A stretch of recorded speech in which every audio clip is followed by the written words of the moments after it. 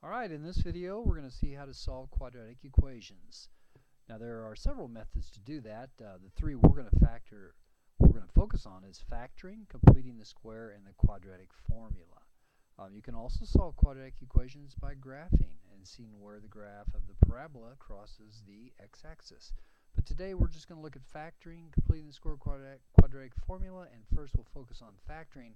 Now we're assuming here that your factoring skills are pretty good, so we don't need to review how to factor a polynomial, a quadratic polynomial, so we'll just go right into solving the quadratic. Now first of all, what is a quadratic equation? It's any equation in the form of ax squared plus bx plus c equals 0. Or to put it a little simpler, it's a formula or an equation that has a highest power of a 2. So a, whatever a is, cannot have a value of 0. So there has to be some sort of square term in there to make it a quadratic equation. So let's go right into an example, and let's not make it way too easy. We'll just go 3x squared minus 13x minus 10 equals 0. Alright, since we're going to focus on factoring first, let's split this up into our two binomials and see if we can figure out the combination of numbers that's going to make this work. Well, it has to be 3x and x. We see a minus in the middle, so we know the bigger values of the minus 5 on the end and plus 2 on the inside there. So let's check that. The outers is negative 5 times 3x, which is negative 15x. And the inside's 2x. That would give us our negative 13x. So our factorization is correct. Now once it's factored, what you do is you set each factor equal to 0. Well, why do you do that actually?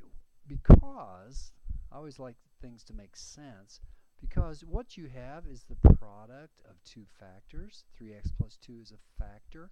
X minus 5 is a factor. And when you multiply two factors together, if their product is 0, that means at least one of the two factors has a value of 0. So 3x plus 2 could be 0, x minus 5 could be 0, or they could both be 0. So we're going to set each of those two factors equal to 0 to see the value of x that would cause it, a little binomial, to equal 0.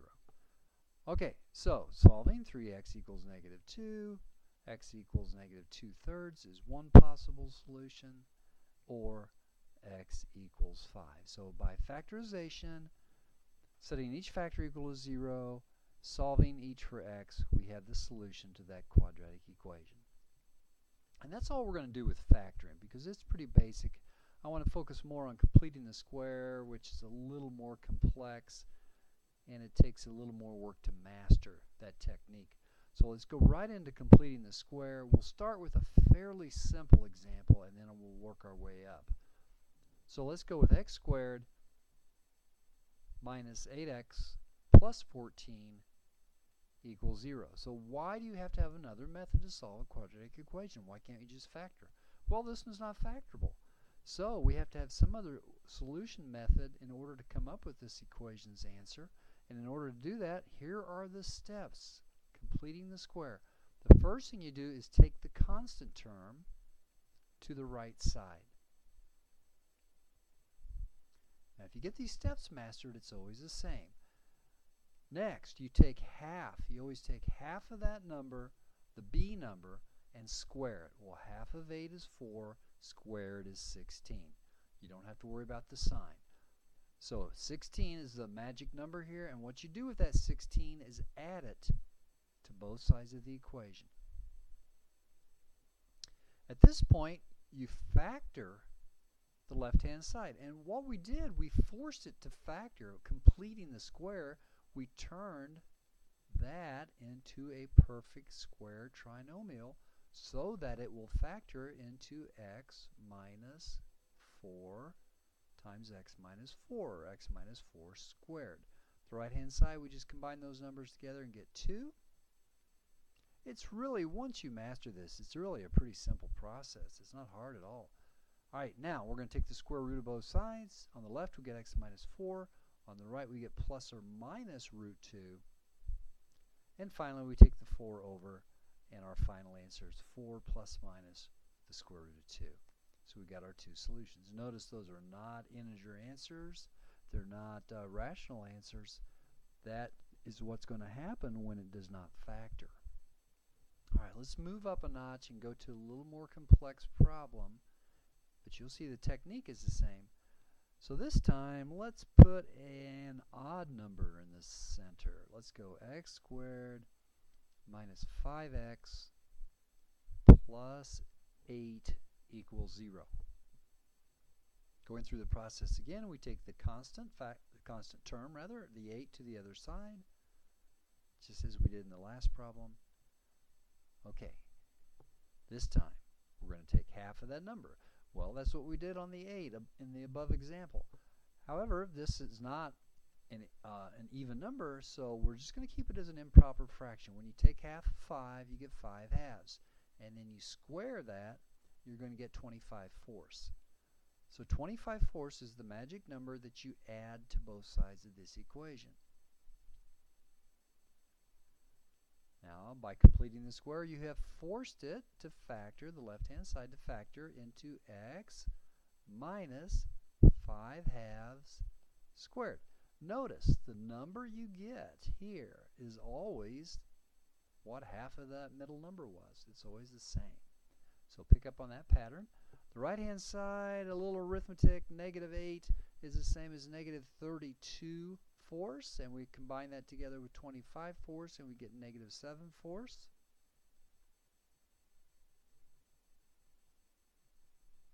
Let me scroll just a little bit, get a little more room here. Time to take the square root of both sides. The square root of the left-hand side is x minus 5 halves.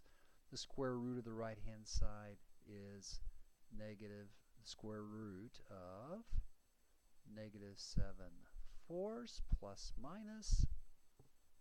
And we're going to clean that up a little bit. Let's leave this 5 halves over here temporarily until we straighten out our right-hand side.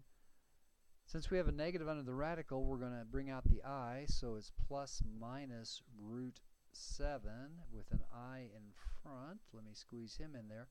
The square root of the denominator is just 2. And now we'll bring the 5 halves over, so we end up with 5 halves plus or minus I root 7 over 2.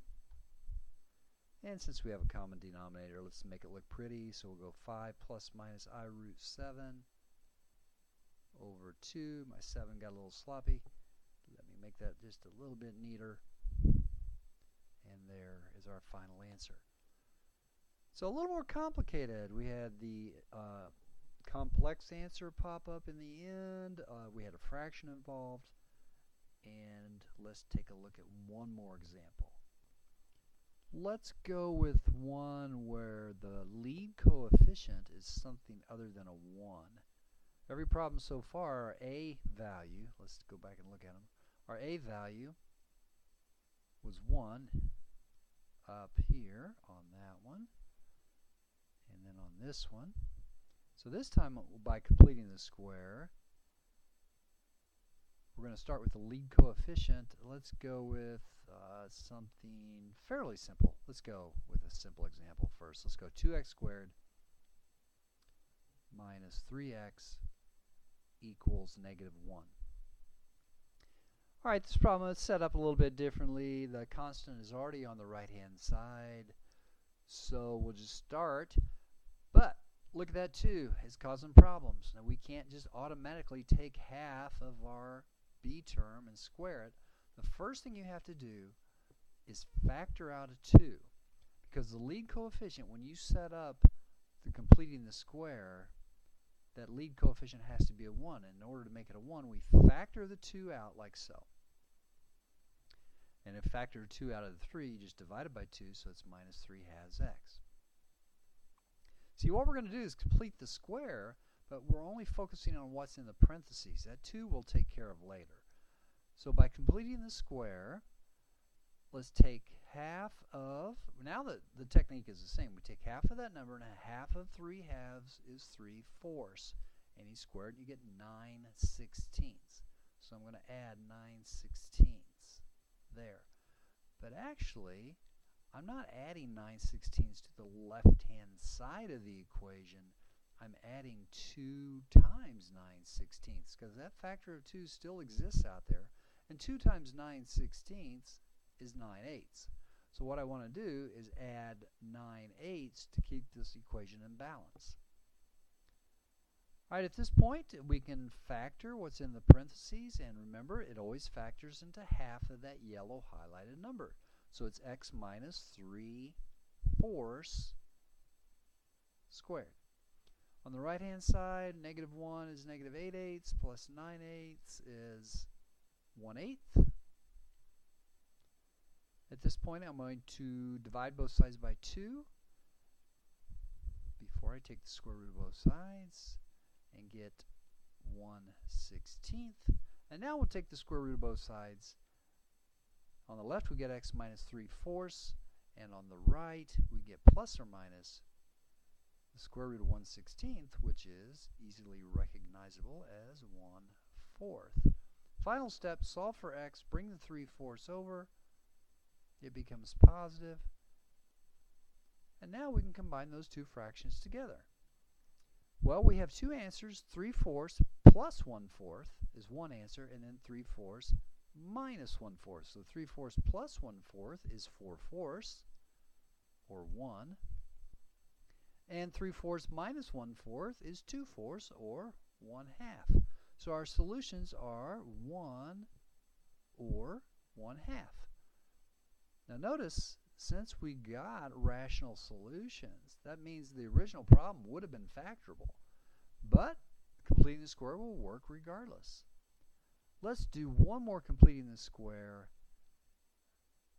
because with that lead coefficient, there is a little bit different way to do it, which you may find easier. So I'll do this next one the semi-easier way. Let's get a problem. Let me think here a second.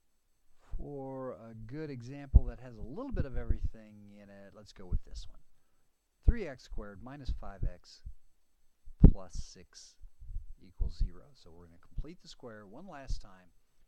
And first step, take the 6 over to the other side. It becomes minus 6. Factor out that a value on the x squared. So we're going to factor a 3 out. So it's 3 times the quantity, x squared, minus 5/3 x. I leave a little space there, equals -6 on the right-hand side. Now, the other method I was alluding to earlier, where it might be a little easier, at this point, go ahead and take that 3 on the left and divide both sides of the equation by 3.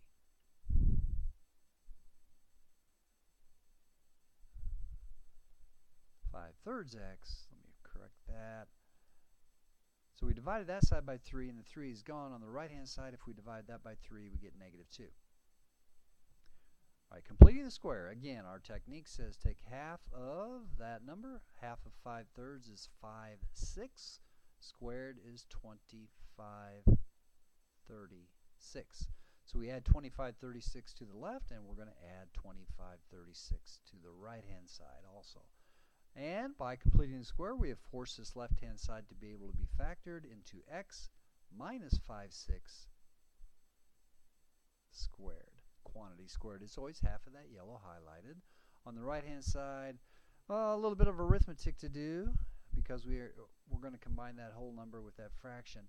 Well, -2 is the same as -72/36, and we're going to add to that 25/36, and that gives us -47/36 if my arithmetic is working. At this point, we take the square root of both sides. The square root of the left is x minus 5/6. The square root of the right is plus or minus root 47. I'm just going to go ahead and take the square root of that denominator. The square root of 36 kind of obvious. Forgot my negative on the 47. Over 6. A little scrolling here. All right, let's take that 5/6 to the right-hand side. It becomes positive 5/6 plus or minus. Let me bring my I out on the -47. I root 47 over 6. Common denominator of 6. We'll put it together and make it look nice. Final answer 5 plus or minus I root 47 over 6. What a great answer. Well, that problem had a little bit of everything in it, but that technique of getting, after you factor out that lead coefficient, by dividing both sides by getting it out of the way, I think that's a little easier, but it works either way. You can leave it there, and as we did on the last problem with that 2, and just left it there for a while. So whichever way you like better, I would recommend. All right, the third technique is using quadratic formula. I'll save that for the next video. Adios.